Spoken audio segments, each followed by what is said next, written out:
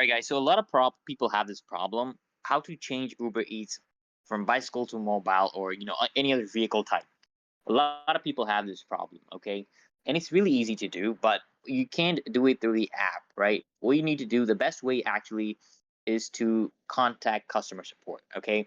You need to contact customer support, and then they can make that change. So you gotta already have an account, or if you're not, I think it's better if you can create a new account. But if you don't want to create a new account, the easiest thing would be to create a new account.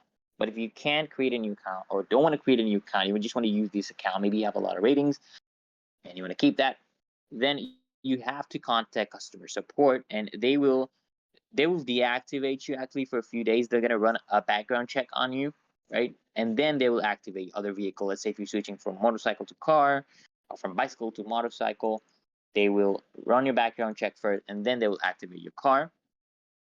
Okay, and you have to, of course, submit the extra documents. So you're gonna have to submit extra documents like your car registration number and things like that, and they're gonna do another background check, basically, guys.